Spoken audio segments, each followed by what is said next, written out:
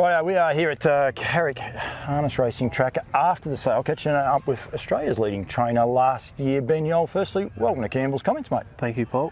Watch a lot, so it's good to see you out here. I've had the younger brother on a couple of times. I don't think I've had the privilege of getting you on. No, I haven't been on yet, so I've been waiting for the moment. So yeah. Yearling sales just completed. Good, robust bidding on a few of the lots. Some very well presented lots too. Yeah, some really nice bred horses. The bonuses now are just phenomenal, especially with the sale bonus on top. So, and you can race for the 50 grand Tasbreds every year. So we've got a lot of clients interested in that, and we bought a lot in Melbourne, and we bought one today, maybe two. So yeah, see how we go. So there you go. It's good though. It's been done a little bit differently. Hit this year, not on the racetrack, not after the last, so it was a different sort of feel to it, and it'll keep growing, it keeps evolving, you get more horses, so that part's good for Tassie racing. Yeah, definitely, we've got to have one every year. It's good they kicked it off a few years ago with only minimal numbers, and we've got better numbers each year. I did like it race day, when you had a lot of clients here and a lot of people interested.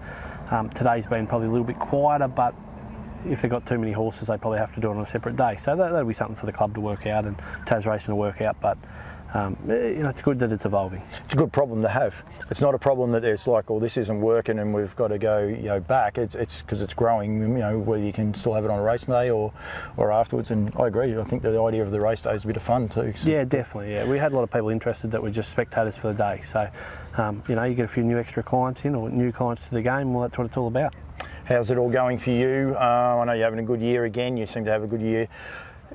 First, I suppose the number one question, how do you handle like everyone just turns around weight of numbers and things like that? Does that worry you at all? It doesn't worry us. As long as our business is successful, which it is, we don't care about the comments that get made on the side. It doesn't affect us. We've learnt to have a thick skin, so we just do our best. I love giving the junior drivers opportunities, and the people that have gone on from our stable is phenomenal what they've achieved. So we're very proud of that.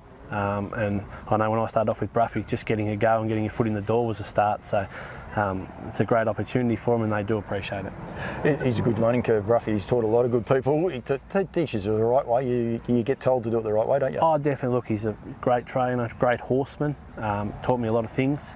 Adam was phenomenal when he was there. I learnt so much off Adam, and just the professional that Adam was.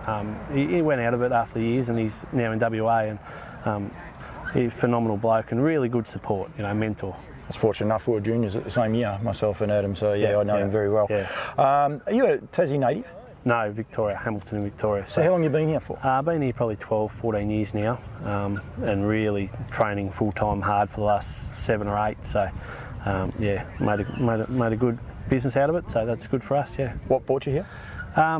Probably just change of scenery. I come over to work for Mick Maxfield, just to change the scenery and probably a little bit easier racing, trying to get a start. So it was hard to get a start in Victoria when you don't have the big clients, and we've made a name for ourselves here, I think, getting going, and now we've got clients all over Australia, so it's good. Yeah, and you enjoy taking big numbers to the races? Yeah, look, we only do it once or twice a week. So in Victoria we raced every day when we were out at Haywood at Bruffy's. We're off to the races 5 or 6 days a week, and the travel. Over here we've only got to go twice a week and then trials. So look, it's a big day, but we run a lot of numbers and have a lot of success doing it.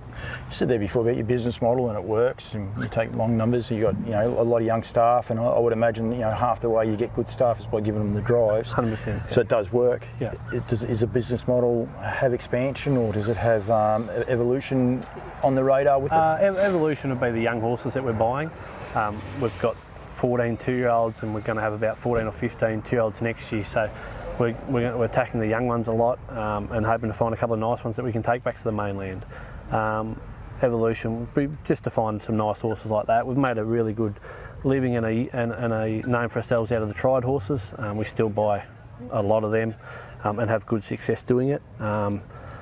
But yeah, to find a nice young one would be a key. What do you reckon works with these tried horses that you get over here? Because you get a lot of them, people say it's weight of numbers, but you get a lot of horses out of form.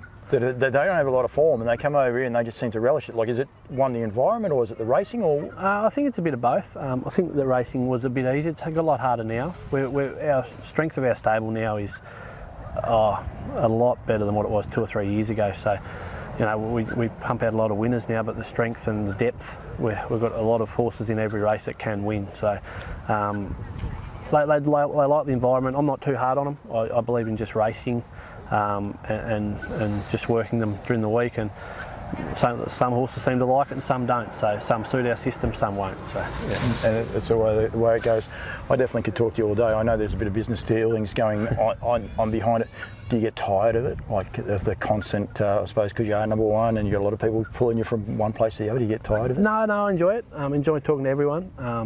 Yeah, you learn to put up with a bit of stuff along the way, but I just thrive off the young kids having a go and learning and coming through. Like Ruffy gave me the opportunity when I was young, so I like to pass that on to the young kids. How long are you going to keep going?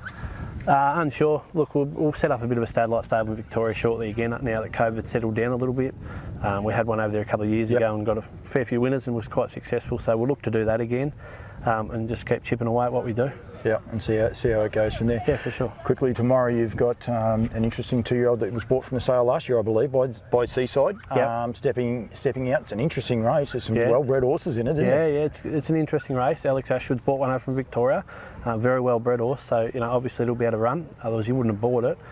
I really like our Down by the Seaside that's in tomorrow. He won his trial very easy and he's very impressive at home. So he's a big, strong horse, but he does everything basically right. Don't want to jinx him, but I'd be pretty forward with him to think he'll run a big race. Do you think he can go on, like you say about the evolution of your stable? Do you think he's going to be a better than handy 2-year-old this year? Oh, I think so, yeah. He's Tas-bred, he's got all the bonuses, so we hope so. Yep.